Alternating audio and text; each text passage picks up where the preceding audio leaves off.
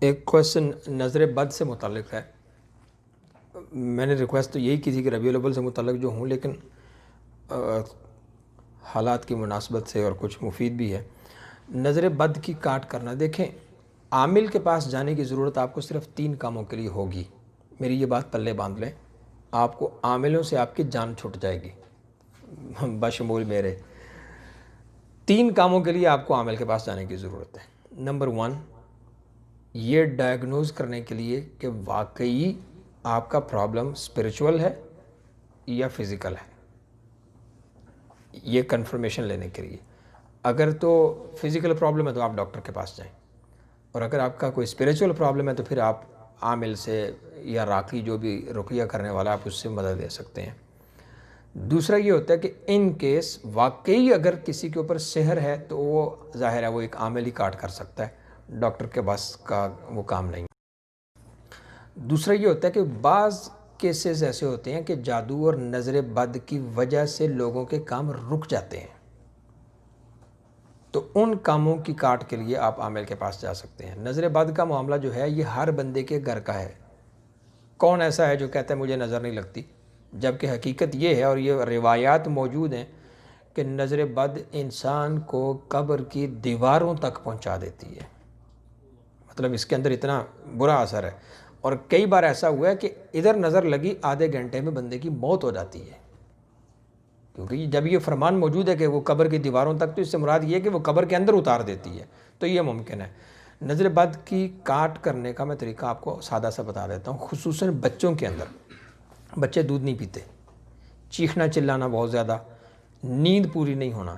لیکن ایک medical fact بھی ہے، ڈاکٹر صاحب میری بات کو انڈورس کر سکتے ہیں، کہ جو بچے دن میں پیدا ہوتے ہیں وہ رات کو جاگتے ہیں، جو رات کو پیدا ہوتے ہیں وہ دن کو جاگتے ہیں. لیکن یہ 6 7 8 مہینے کی عمر تک ہوتا ہے، اس سے آگے نہیں ہوتا. تو اگر اس طرح کی کیفیت بن جائے تو سب سے پہلا طریقہ جو مسنون طریقہ ہے وہ یہ ہے کہ سورۃ الفلق اور سورۃ الناس یہ صبح و شام 3 بار پڑھ کے بچے پہ دم کریں. قرآن سے بڑا کوئی نسخہ نہیں. یہ بھی کتنی ذوف ہے ہمارے اندر کہ نہیں مجھے پیر صاحب نے یہ بتایا تھا تو میں یہ پڑھتا ہوں. خدا نخواستہ پیر کا کلام اللہ کے کلام سے زیادہ طاقتور ہے کیا؟ میں یہ کہتا ہوں، اور امام جعفر صادق رضی اللہ تعالیٰ عنہ اس بات کو انڈورس کرتے ہیں کہ سورہ فاتحہ پڑھ کے مردے کو زندہ کیا جا سکتا ہے. قرآن کے اندر اتنا کمال ہے، اتنی طاقت ہے.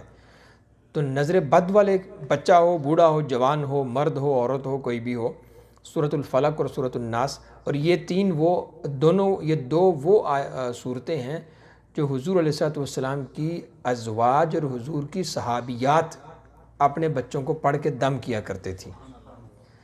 یہ دم کرنے کے لیے باپ کا ہونا بھی ضروری نہیں، مولوی کا ہونا بھی ضروری نہیں، بلکہ بچے کی ماں کو یہ دم کرنا چاہیے. یہ عورتوں کو سکھا دیں، بچوں کی مائیں جو ہیں وہ خود دم کریں. دوسری ایک دعا مسنون ہے کہ جب آپ بچے کو دم کریں نظر بد سے بچانے کے لیے تو یہ دعا پڑھیں، اعیذک بکلمات اللہ التامات من کل شیطان وہامۃ وعین اللامہ. اب اگر لڑکا ہے تو اعیذک، اور اگر لڑکی ہے تو اعیذکی، اور اگر 2 ہیں تو اعیذکما، اور اگر 2 سے زیادہ ہیں تو اعیذکم بکلمات اللہ التامات.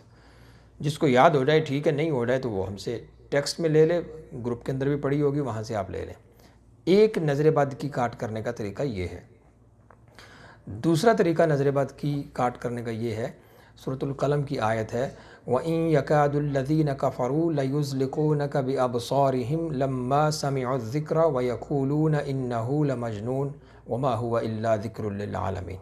یہ بھی قرآن کی آیت ہے. امام حسن بصری رحمۃ اللہ تعالیٰ نے اس کو فرمایا کہ یہ پڑھی جائے تو اس سے نظر بد دور ہو جاتی ہے.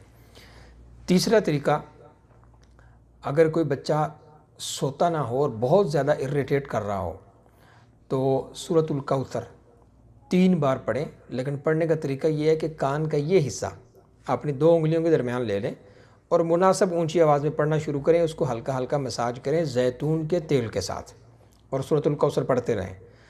تو جب آپ پڑھتے رہیں گے تو 3 بار آپ نے ادھر پڑھنا ہے اور 3 بار ادھر. 6 بار مکمل نہیں ہوگا انشاءاللہ، اس سے پہلے بچہ چپ ہو جائے گا اور سکون میں ہو جائے گا باذن اللہ تعالیٰ.